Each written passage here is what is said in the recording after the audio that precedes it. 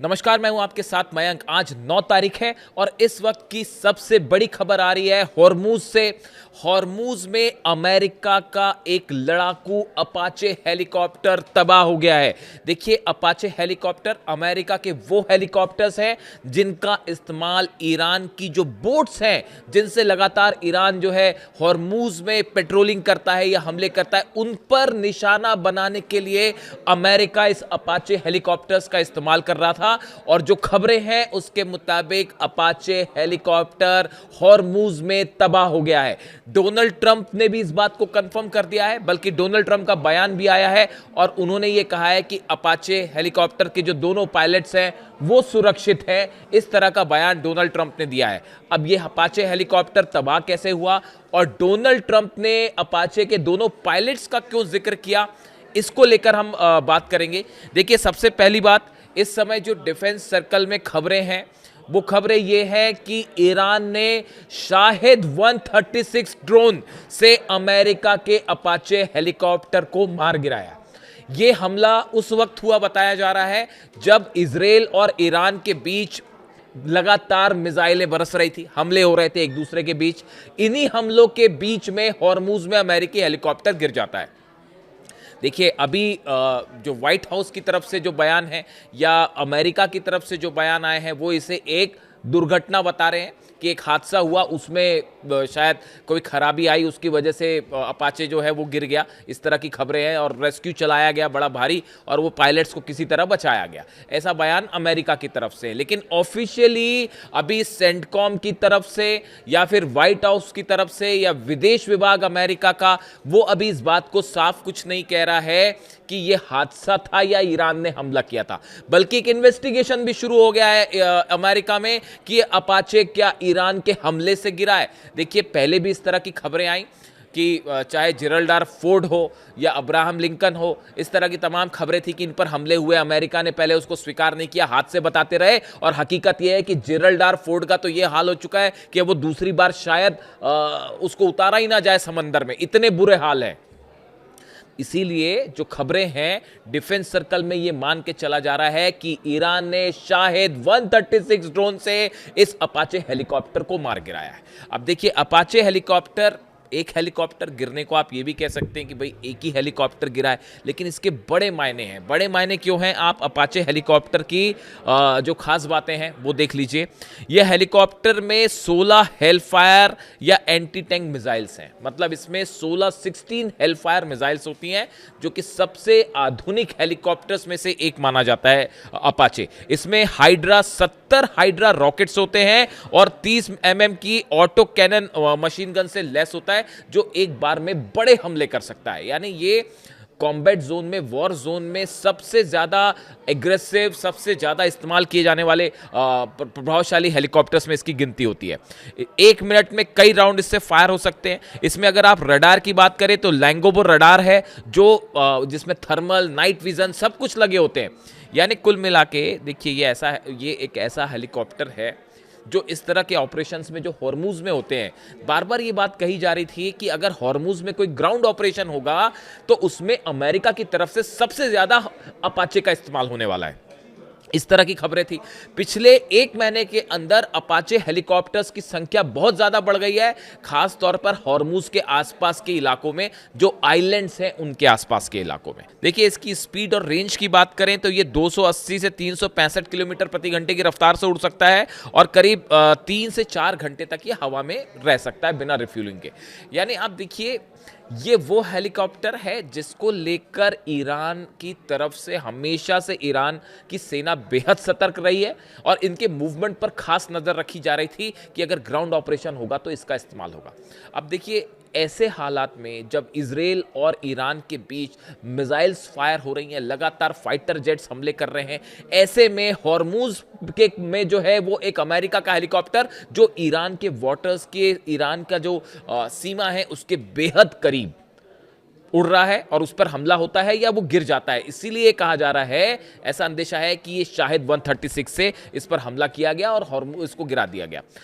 अब Donald Trump इसमें बार बार इन्होंने पायलट्स का जिक्र क्यों किया? इसकी बड़ी वजह यह है, जब पिछली बार 2 पायलट्स फंस गए थे ईरान में, और उनको रेस्क्यू करने के लिए इतना बड़ा ऑपरेशन अमेरिका को करना पड़ा, अपने ही जहाज़ों में आग लगानी पड़ी, बड़े मुश्किल से जो है वो पायलट्स बचे। उसके बाद कल ये पैनिक हो गया था कि क्या इन दो जो पायलट्स बैठे हैं अपाचे में, अगर ये हॉर्मूज में गिरते हैं तो कहीं ईरान की सेना, नौसेना इन्हें पकड़ ना ले। ये खौफ सता रहा था अमेरिका को, ये खौफ सता रहा था डोनाल्ड ट्रंप को कि अगर ये दोनों पायलट्स पकड़े जाते हैं तो पूरी दुनिया में फिर जग हंसाई होगी।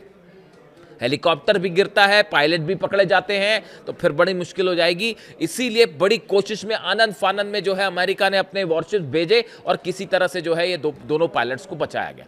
लेकिन ये एक बार फिर हॉर्मूज में ईरान ने ये साबित कर दिया है कि हॉर्मूज में चाहे जमीन हो, चाहे आसमान हो, चाहे जो है वो वाटर्स हो, हर जगह ईरान का कब्जा है। ईरान भारी पड़ रहा है अमेरिका में।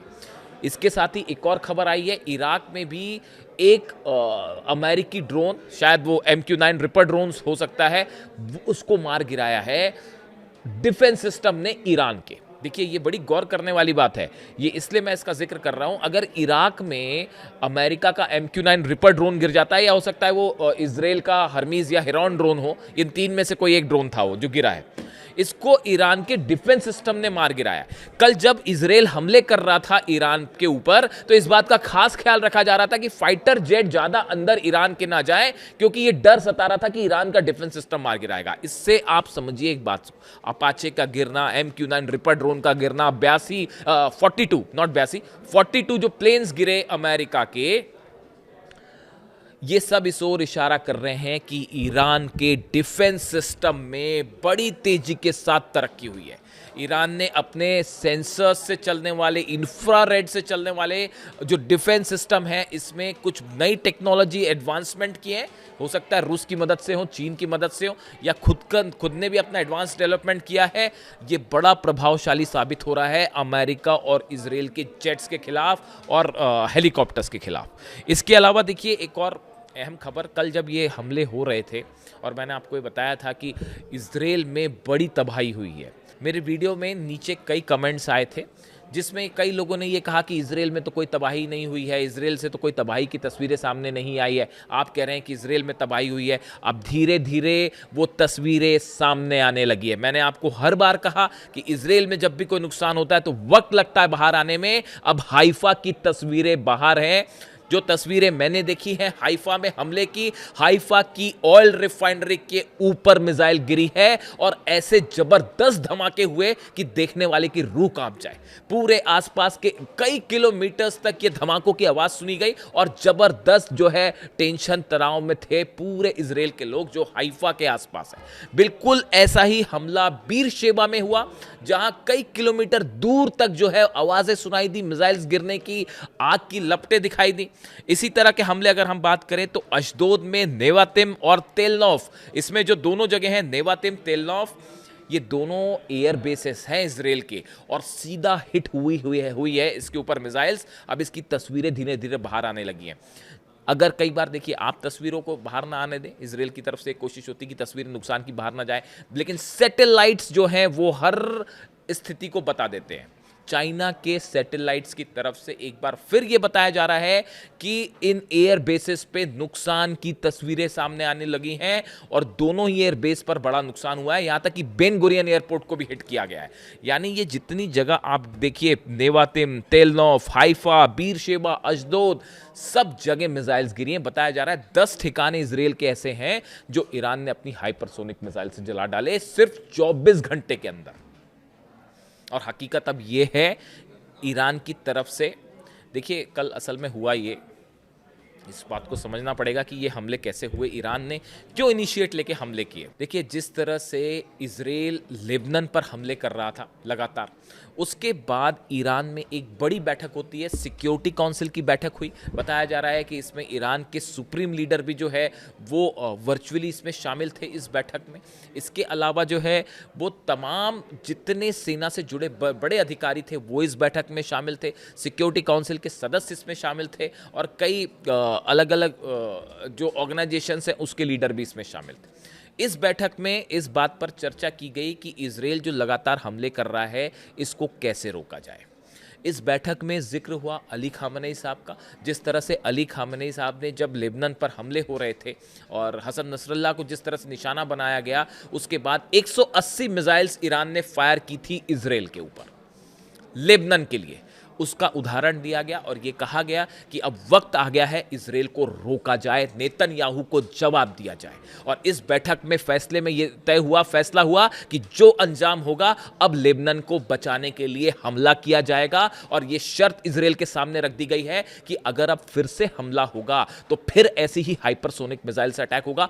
10 शहरों में नुकसान हुआ है। अब इसकी खबरें आपको नुकसान की एक महीने बाद बाहर आएगी, इसका मतलब यह नहीं होता कि इजराइल में नुकसान नहीं हुआ है। आप सर्च करिए, बड़ा नुकसान हुआ है। और 24 घंटे के अंदर ईरान की जो हाइपरसोनिक बैलिस्टिक मिसाइल्स फायर की गई, इसका जवाब किसी के पास नहीं था। अमेरिका का थार्ड और पेट्रियट 24 घंटे यह कोशिश करता रहा कि किसी तरह इजराइल पर गिरने वाली मिसाइल्स को रोका जाए। पूरी तरह से अमेरिकन डिफेंस सिस्टम फेल हो चुका है। एक बार फिर थार्ड फेल हो गया, पेट्रियट फेल हो गया, आयरन डोम फेल हो गया, एरो जो है वो फेल हो गया।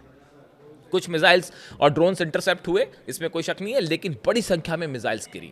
और एक बार फिर यह बात सामने आ गई है कि चाहे इजराइल हो चाहे अमेरिका हो, डिफेंस सिस्टम ईरान की हाइपरसोनिक बैलिस्टिक मिसाइल्स को नहीं रोक सकता। ये फिर इस नुकसान ने सामने रख दी है इस बात को। और अब एक बार फिर जो है ईरान की तरफ से बात कह दी गई है कि अगर अब फिर से हमले होते हैं तो अंजाम फिर वही होगा। लेकिन अब आज सुबह की जो खबरें हैं कि टायर और नबाती, ये 2 इलाके हैं लेबनान के, जहां पर एक बार फिर इजराइल की सेना ने हमले किए हैं। ये आज के हमले हैं, नए हमले हैं, जिसके बाद ये अंदेशा जताया जा रहा है कि अगर ये हमले जारी रहे तो एक बार फिर आज की रात ईरान की तरफ से हमले हो सकते हैं इजराइल के ऊपर। अब ये इजराइल को तय करना है कि इजराइल क्या चाह रहा है, नेतन्याहू क्या चाह रहे हैं। अब अगर किसी भी तरह का हमला होता है लेबनान में तो ईरान ने साफ रेड लाइन खींच दी है कि आपको नतीजा मिसाइलों से मिलेगा। इसके अलावा देखिए एक बेहद अहम खबर है जो कल इस पर मेरी नज़र थी। कई जगह कल सोशल साइट्स पे इस तरह के दावे हुए कि जो IRGC चीफ हैं अहमद वाहिदी साहब, इन पर हमला हुआ है। इस तरह की खबरें कल कई जगह थी सोशल साइट्स पे, मैंने देखी वो खबरें। इसको लेकर मैं 2 बात कहना चाहूँगा। पहली बात तो ये कि अभी तक किसी तरह का कोई कंफर्मेशन नहीं है कि अहमद वाहिदी साहब पर हमला हुआ है, बात नंबर 1। बात नंबर 2, ईरान के लिए ये बेहद ज़रूरी है, ईरान के लिए ये बेहद अहम है कि ईरान के जो कमांडर्स हैं या जो साइंटिस्ट हैं, न्यूक्लियर साइंटिस्ट या जो बड़े पदों पर बैठे अधिकारी हैं, इनकी हर हालत में रक्षा की जानी चाहिए। खासकर अहमद वाहिदी साहब, ये वो शख्स हैं, मैंने पिछले कुछ समय में इनको नोट किया, जो इनका एक्शन लेने का तरीका है। ये अली खामनेई साहब के बेहद करीबी रहे हैं और बेहद एग्रेसिव अप्रोच रहा है इनका। इस एग्रेसिव अप्रोच की वजह से आज आप हॉर्मूज पे बात करें, अमेरिका की सेना घुटनों पर है। अगर आप डील की बात करें, अमेरिका घुटनों पे है। ट्रंप अपनी शर्तों पर डील नहीं करवा पा रहे, उसकी बड़ी वजह है अहमद वाहिदी साहब। आज इजराइल पर अगर प्रीएम्प्टिव स्ट्राइक करी ईरान ने लेबनान के लिए, जो एग्रेसिव अप्रोच रखा है, उसमें भी बड़ी वजह, बड़ा रोल अहमद वाहिदी साहब का है। इसीलिए मैं देखिए अपने 3 वीडियो में मैं पहले ही कह चुका हूं, आप पिछले 1 महीने के मेरे 3 वीडियो उठा के देखिए, मैं बार बार इस बात को कह रहा हूं कि ईरान के सेना प्रमुख IRGC चीफ अहमद वाहिदी साहब इजराइल के और CIA के, अमेरिका के निशाने पर है। देखिए ये बात अच्छी है, ठीक है कि कोई भी देश का जो अधिकारी है वो ये सोच सकता है कि मैं देश के लिए शहीद होना चाहता हूँ। ईरान के कई सेना प्रमुख हैं या इस तरह के साइंटिस्ट हैं, वो ये बात सोच सकते हैं। लेकिन साथ में बेहद अहम ये है कि ईरान के जो बड़े अधिकारी हैं वो सुरक्षित रहें, ताकि जंग में इजराइल या अमेरिका को करारा जवाब दिया जा सके। खासकर अहमद वाहिदी साहब जैसे जो लीडर्स हैं, जो एक बड़े लंबे समय तक उन्होंने ग्राउंड्स पे काम किया है, कई जंग देखी है, उससे निकल के वो बाहर आए हैं, वो एक एक चीज़ को अच्छे से समझते हैं कि कैसी रणनीति बनाई जानी चाहिए। कासिम सुलेमानी साहब के करीबी रहे, उनसे सीखा उन्होंने कैसे ऑपरेशंस को किया जाए। ऐसे में अहमद वाहिदी साहब जैसे कमांडर्स जो हैं, उनकी सुरक्षा बेहद अहम हो जाती है। देखिए जब जंग होती है और जंग में जब सामने वाला दुश्मन ऐसा हो जो पल पल अपने रंग बदल रहा हो, अपने स्टैंड चेंज कर रहा हो, धोखे से हमला कर रहा हो, तो उसको उसी की भाषा में जवाब देना भी बेहद अहम हो जाता है। इसीलिए बड़ा अहम है कि ईरान जो है, ईरान की सेना, अपने जो चीफ हैं, उनकी सिक्योरिटी बहुत अहम हो जाती है। वो इस पूरे युद्ध में कई आगे के प्रभावों को भी तय करती है। तो इसलिए फिलहाल अहमद वाहिदी साहब को लेकर जो खबर है कि उन पर हमले की खबर कई जगह आई, इसकी कोई पुष्टि नहीं है एज ऑफ नाउ। और हालात ये हैं कि एक बार फिर लेबनान में इजराइल ने हमला किया है और जिसका नतीजा फिर वही हो सकता है जो कल देखने को मिला, एक बार फिर ईरान की तरफ से हमले हो सकते हैं। दूसरी तरफ डोनाल्ड ट्रंप के दावे और चल रहे हैं कि जल्दी ही डील होने वाली है। किससे बात कर रहे हैं, क्या डील करने वाले हैं, वो खुद डोनाल्ड ट्रंप ही समझ सकते हैं और बार बार वो ऐसे बयान क्यों देते हैं समझ के बाहर है। लेकिन फिलहाल ईरान की तरफ से स्टैंड क्लियर है कि अगर हमला होता है लेबनान पे तो फिर करारा जवाब दिया जाएगा। और अपाचे हेलीकॉप्टर डाउन है, अभी देखिए धीरे धीरे पता चलेगा कि उसकी कई कहानियां निकल के सामने आएंगी। वीडियो कैसा लगा कमेंट करके बताइए। Thank you so much.